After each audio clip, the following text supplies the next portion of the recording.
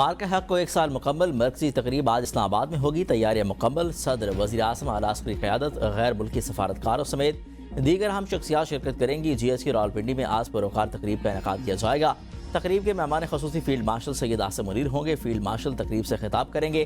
Chief of air staff air marshal Zaheer Ahmed Babar Sidhu اور chief of naval staff admiral Naveed Ashraf بھی تقریب میں شریک ہوں گے۔ Field marshal Syed Asim Munir naval chief اور ایئر چیف یادگار شہداء پر پھولوں کی چادر چڑھائیں گے۔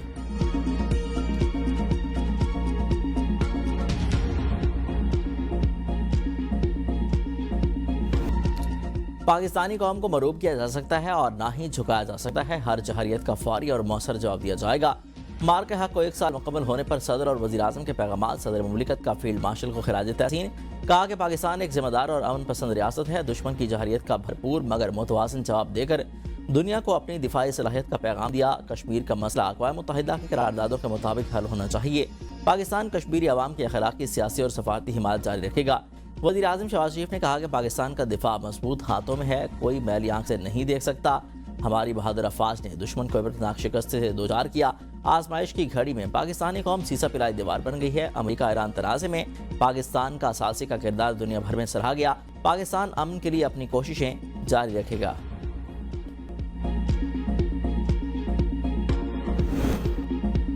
پاکستان کی خود مختاری، سلامتی اور استحکام پر کوئی بھی سمجھوتا نہیں ہوگا۔ مارکہ حق کو سال مکمل ہونے پر عسکری قیادت کی قوم کو مبارکباد۔ اپنے پیغام میں کہا کہ مسلح افواج قوم کے شانہ بشانہ کھڑی ہیں۔ پاکستان نے ہر محاذ پر دشمن کے مذموم عزائم ناکام بنائے، جھوٹے پروپیگنڈے اور فالس فلیگ بیانیے عالمی سطح پر بے نقاب ہوئے۔ مارکہ حق نے قوم کے اعتماد اور یکجہتی کو مضبوط کیا۔ مسلح افواج ہر داخلی اور خارجی خطرے سے نمٹنے کے لیے تیار ہیں۔ پاکستان خطے میں امن و استحکام اور باہمی احترام یقینی بنانے پر زور دیتا ہے۔ جنوبی ایشیا میں پائیدار امن بامقصد مذاکرات اور انصاف سے ممکن ہے۔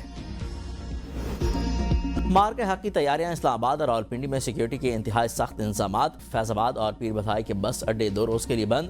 بین الصوبائی ٹرانسپورٹ اڈوں کو بندش سے مسافروں کو شدید مشکلات کا سامنا۔ راولپنڈی اور اسلام آباد کے درمیان سفر کرنے والے شہری بھی متاثر ہونے لگے۔ ٹریفک کا ڈائیورژن پلان بھی جاری۔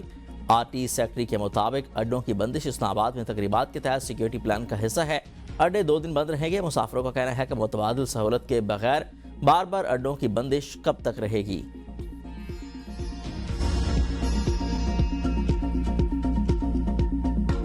مارکہ حق کا 1 سال مکمل۔ پاکستان نے اپنے سے کئی گنا بڑے دشمن کو دھول چٹائی۔ بھارت اپنی ہزیمت چھپانے کے لیے آج بھی کوشاں۔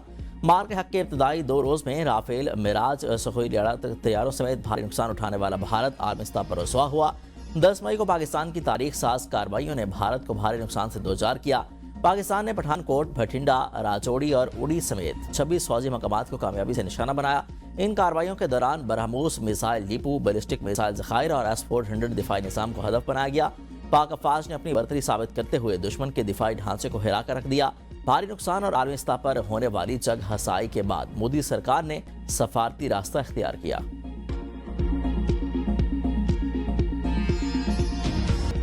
امریکہ ایران مذاکرات اگلے ہفتے اسلام آباد میں بحال ہو سکتے ہیں۔ امریکی اخبار وال اسٹریٹ جرنل کا دعویٰ۔ رپورٹ کے مطابق امریکہ اور ایران سازوں کے ساتھ ایک صفحے پر مشتمل دستاویز پر کام کر رہے ہیں۔ 14 نکات پر مشتمل مفاہمت کی یادداشت ایک تحریر ہوگی۔ یادداشت میں 1 ماہ پر مشتمل مذاکرات کے لیے ضوابط طے کیے جائیں گے۔ ڈرافٹ میں ایران کے ایٹمی پروگرام پر بات چیت شامل ہے۔ آبرہ ہرمز کی کشیدگی بحری راستوں کی سیکیورٹی کے مذاکرات کا اہم ایجنڈا ہو سکتی ہے۔ ایران افزودہ یورینیم جوہری سرگرمیوں پر بعض شرائط کے ساتھ لچک دکھانے پر غور کر رہا ہے۔ کئی اہم معاملات اب بھی حل طلب ہیں، جن میں ایران پر عائد پابندیوں میں ممکنہ نرمی کی ایک حد بڑا اختلافی نقطہ بنی ہوئی ہے، جو مذاکرات کی راہ میں رکاوٹ بن سکتی ہے۔ وفاقی وزیر طارق فضل چودھری کہتے ہیں امریکہ ایران جنگ بندی معاہدہ جلد پاکستان میں ہوگا۔ پاکستان کا امریکی اور ایرانی قیادت سے مسلسل رابطہ ہے۔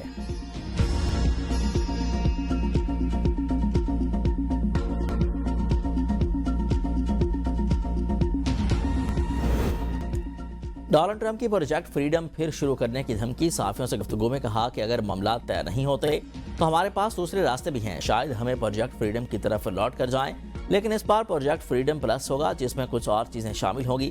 ہمیں پاکستان نے پروجیکٹ فریڈم روکنے کا کہا تھا۔ وزیر خارجہ مارکو روبیو کہتے ہیں کہ امریکی تجاویز پر ہمیں ایران کا جواب ابھی تک موصول نہیں ہوا۔ امید ہے ایران سنجیدہ مذاکرات کے عمل کی طرف جائے گا۔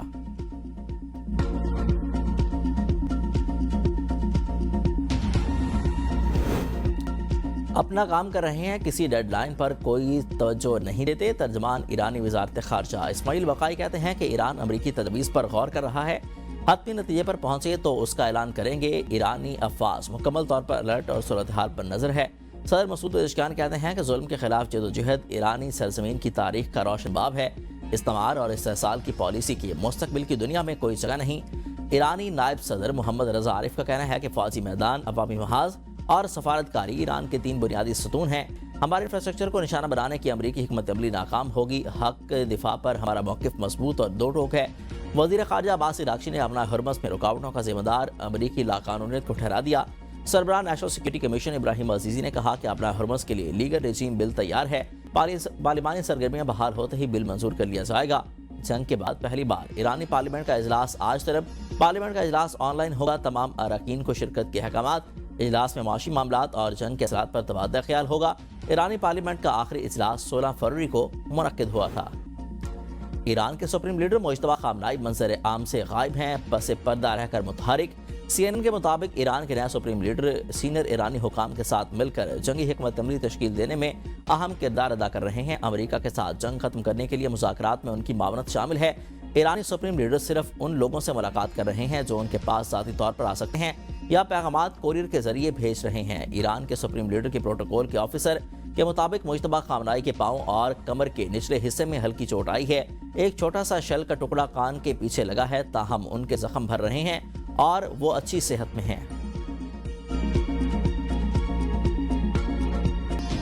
حکومت کی دغا بازیاں عوام سے پھر ہاتھ کر گئی۔ لیوی میں اضافہ کر کے پیٹرولیم مصنوعات کی قیمتیں بڑھا دی ہیں۔ پاکستان میں پیٹرول کی قیمت میں تاریخی اضافہ۔ قیمت خطے میں سب سے زیادہ پیٹرول 14 روپے 92 پیسے، ڈیزل 15 روپے فی لیٹر مہنگا۔ پیٹرول پر لیوی کی شرح 13 روپے 91 پیسے اضافے سے 117 روپے 41 پیسے ہو گئی۔ ڈیزل پر لیوی کی شرح 13 روپے 91 پیسے اضافے سے 42 روپے 60 پیسے فی لیٹر ہو گئی۔ مٹی کا تیل 41 روپے 80 پیسے سستا، فی لیٹر قیمت 319 روپے 96 پیسے ہو گئی۔ گوڈ ٹرانسپورٹ نے کرایوں میں 4% اضافے کا اعلان کر دیا۔